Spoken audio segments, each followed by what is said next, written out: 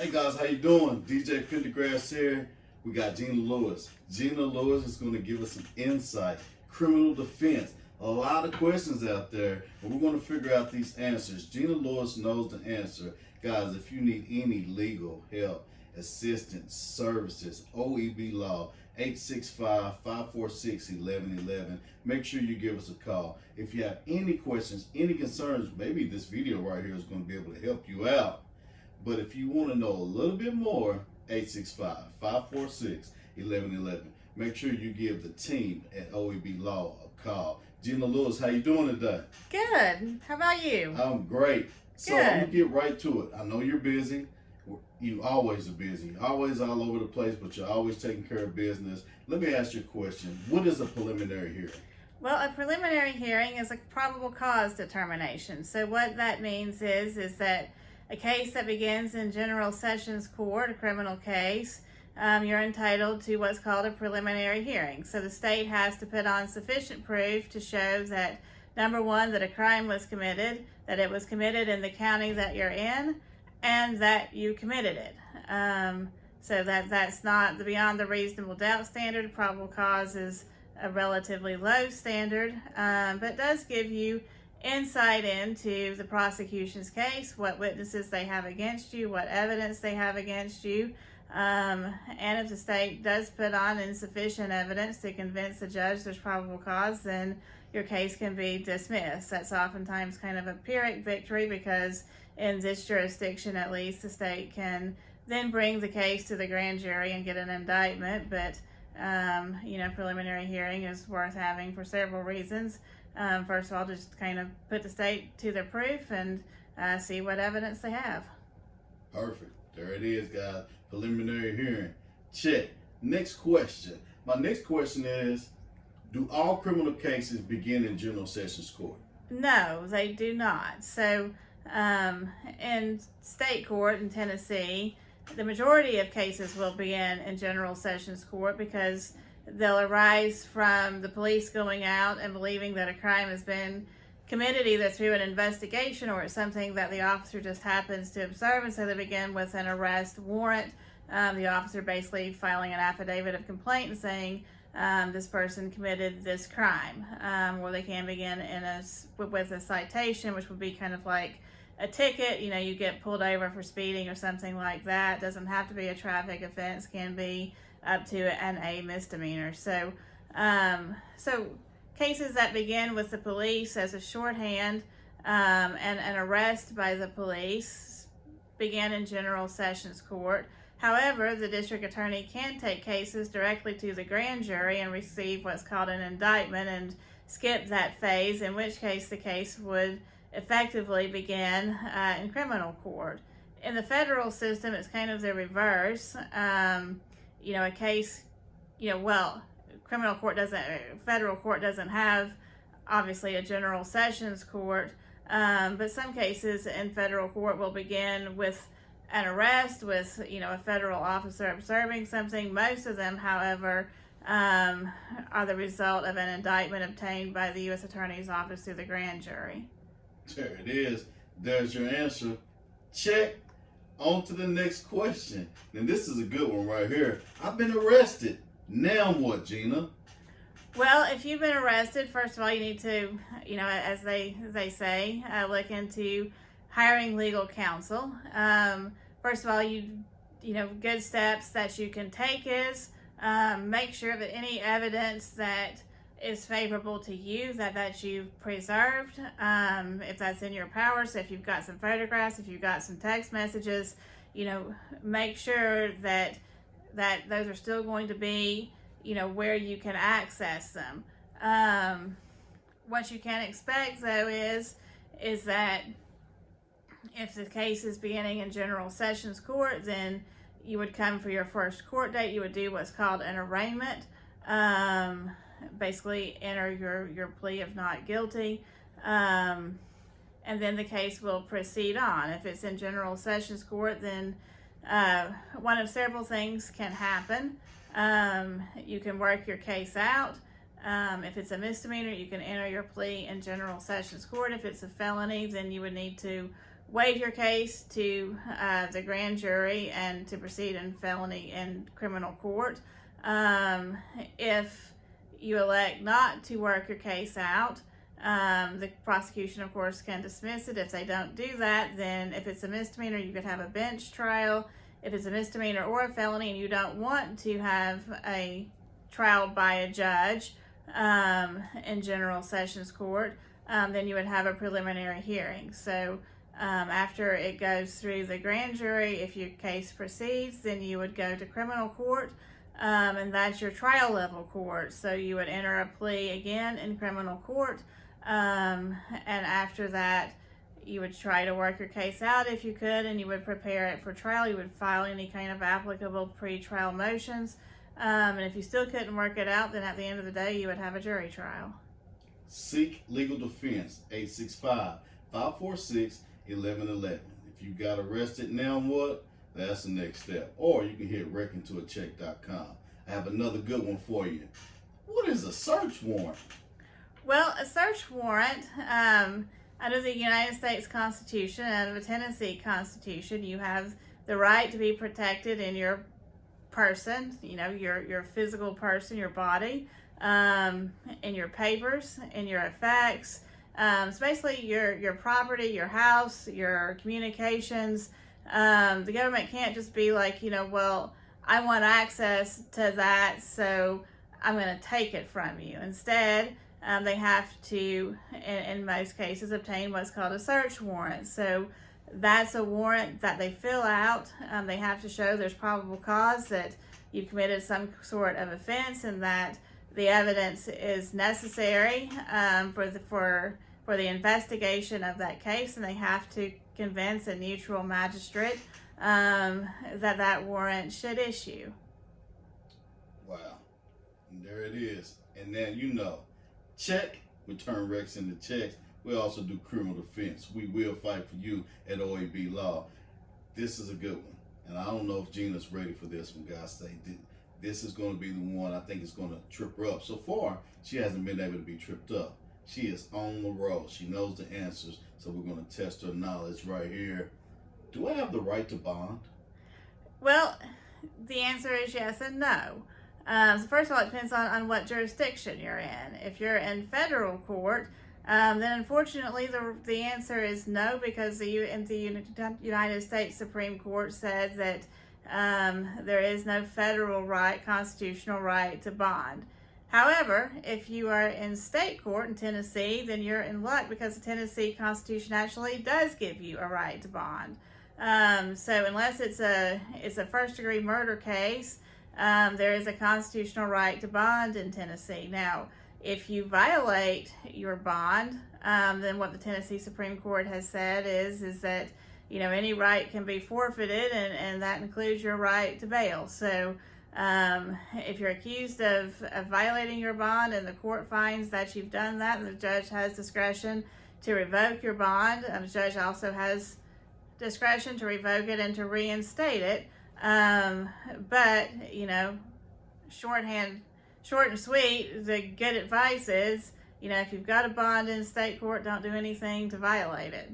I'm glad you said state court. Can I be charged for the same thing in both state and federal court? Yes, unfortunately. Most people think the double jeopardy clause protects you against that. However, the United States Supreme Court has said, including a few years ago, reaffirmed that it's what's called separate sovereigns. So under our system, you have your state government, you have your federal government. The U.S. Supreme Court views those as separate, so both jurisdictions can charge you for the same thing. One of the justifications for that is, there's been maybe a history in this country, at least perceived, that maybe state courts have not wanted to prosecute certain offenses or offenders, particularly in the area of civil rights, so that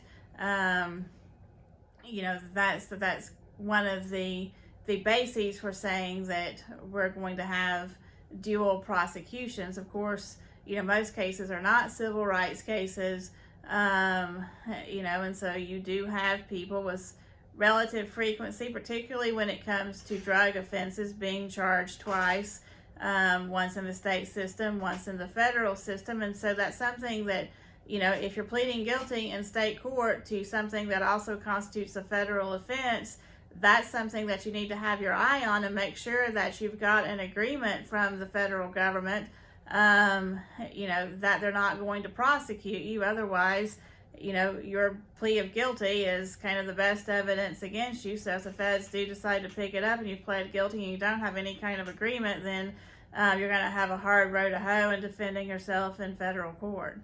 There you go. So if you don't understand double jeopardy or any other thing that she said, 865-546-1111. Gena Lewis is a criminal defense lawyer, and she can answer your questions. And make sure you call in. Now, Gena, what in the world is a grand jury?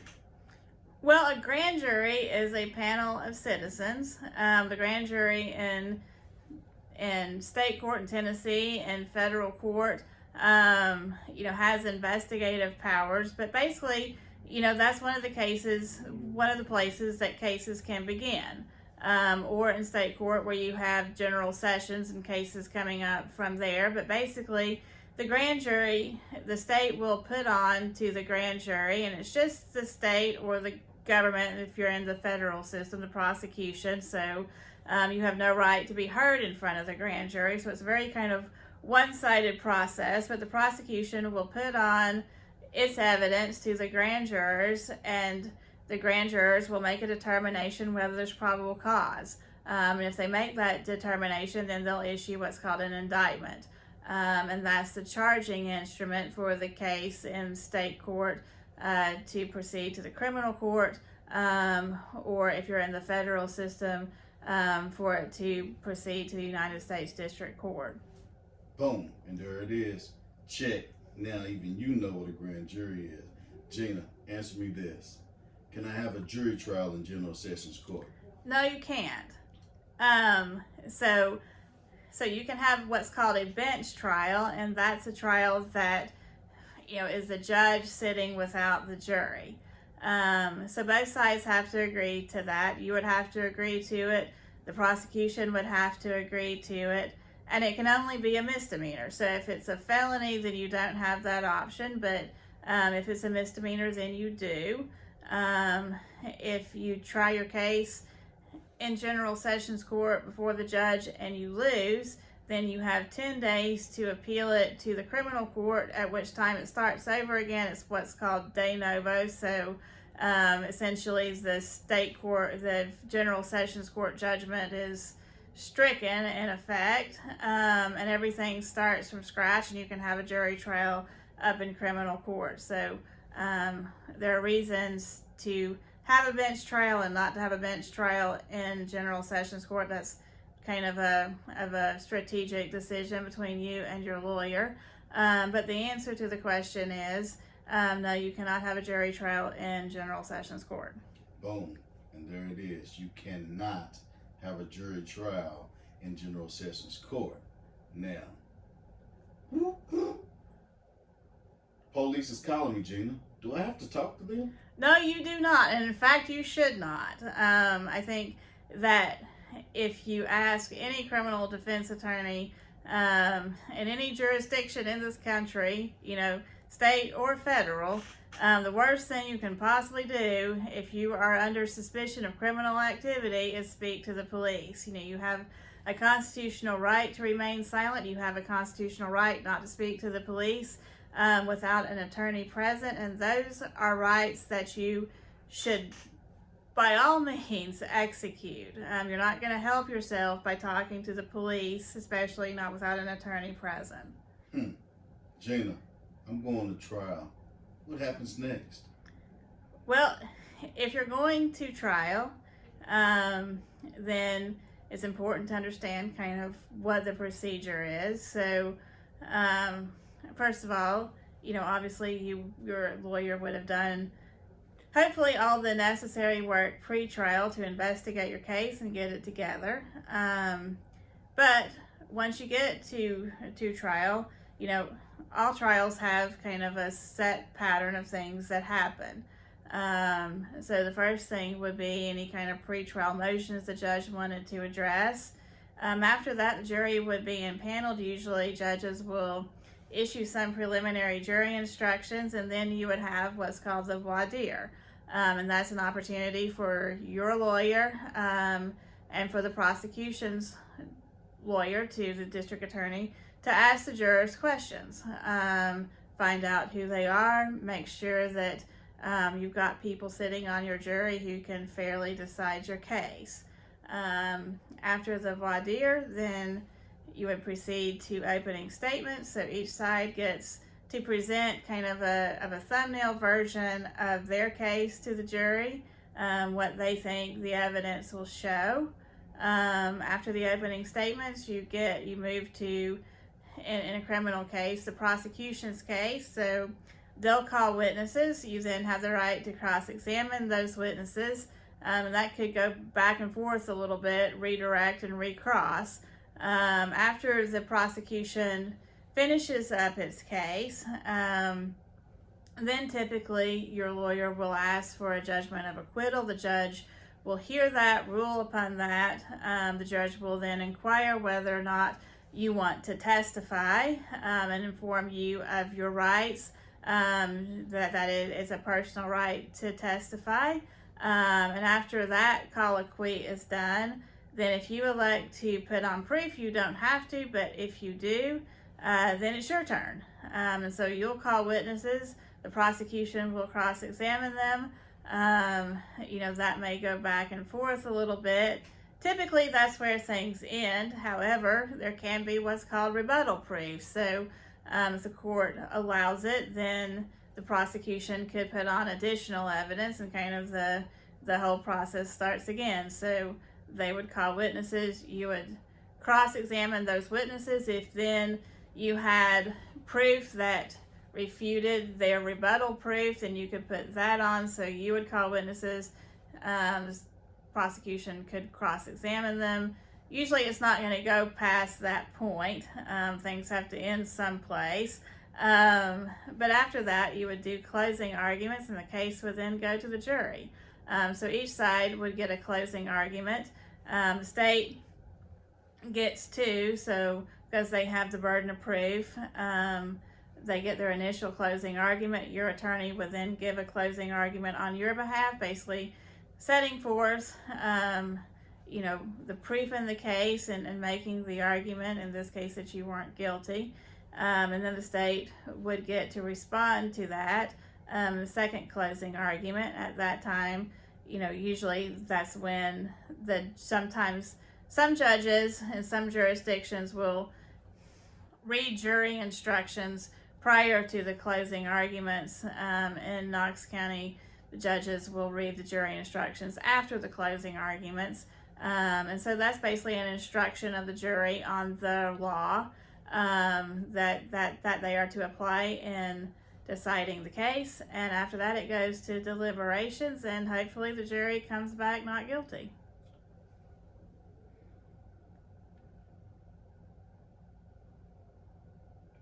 Ms. Lewis, in the shortest form, what is voir dire? Well, voir dire, just like we talked about, that's basically where, at the beginning of a criminal trial, the jury will be impaneled. And so it's important to have a jury that's fair and impartial, and can decide the case fairly for both sides. So the voir dire will start with, in a criminal prosecution, it will start with the prosecutor. They'll get to go first, but each side gets to ask the potential jurors questions. And that's, your opportunity not only to make sure that you have a fair and impartial juror, but also get to know the folks a little bit who are going to decide your case, how they think, how they make decisions, what their background is. And you can learn a lot about folks, I think, during the voir dire, but, each side, if they're unhappy with the juror, the judge will give each side a certain number of what are called strikes. So that means that either side can ask that a juror be dismissed, and as long as they're not out of strikes, there that juror goes. The other thing is that each side can challenge a particular juror for cause. So basically to make a a showing to the court and convince the judge that for whatever reason that juror cannot fairly and impartially decide the case.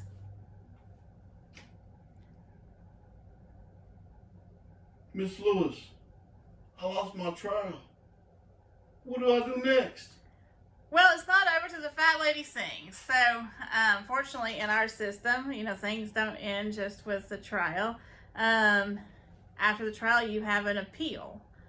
So, the first thing you'll do is if you've lost your trial, you'll have a sentencing hearing. After that sentencing hearing, your lawyer will have 30 days to file what's called a motion for a new trial. That can be amended. Eventually, you'll have a motion for a new trial hearing. You can put on witnesses, you can put on evidence. Sometimes people do that, sometimes they don't, depending on the case. And then it will go to the Court of Appeals. You have an appeal as of right in a criminal case, meaning that the intermediate appellate court, the Court of Appeals, has to hear your criminal case. So the process for that is that you as the appellant would file an opening brief. The prosecution or the Attorney General would, on the state's behalf, would then file a responding brief. You would have the option of filing a reply brief. You'd have the option to have an oral argument, and the Court of Appeals will issue an opinion.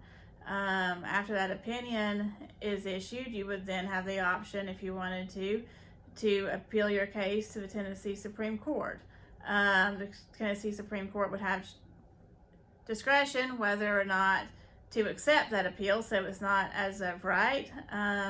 If you appeal to the Tennessee Supreme Court and either they decided not to hear your case or they decided to hear your case and you lost, then you would then have the option to appeal to the United States Supreme Court. So, point is, if you lose your jury trial, it's not over. It's not common, but cases do get reversed on appeal. So, kind of not over to the fat lady sings. It's not over till the fat lady sings. And if you're not familiar with law, it is important that you reach out to an attorney. 865-546-1111, OEB Law. If you have any criminal defense questions, Miss Gena Lewis is going to be the one that's going to be able to assist you, guide you through that process. Make sure that you know exactly what you need to know to help you go step by step in the right direction. Highly suggest Miss Lewis anytime, any day. Yes, anytime, any day. OEB Law, guys, 865-546-1111. If you don't want to make a phone call, go to the .com. That's www.wreckingacheck.com. Yes, wreckintoacheck.com. Wreck into a check, criminal defense. It doesn't matter. We fight for you. OEB Law, the only one that makes sure that they're going to make sure that their compliance is first in everything that they do. And you will know. If you just want some questions answered, 865-546-1111. Miss Lewis, thank you so much. I appreciate it. Thank you so much. Absolutely. We absolutely need this. The people out there need this. And you just changed somebody's life. Continue to do what you're doing. And you're a great, great attorney. And I highly suggest anyone to you, Miss Lewis. Thank you very much. Absolutely. Thank you. Very knowledgeable. 865-546-1111. OEB Law, where we turn your wrecks into checks. And cut.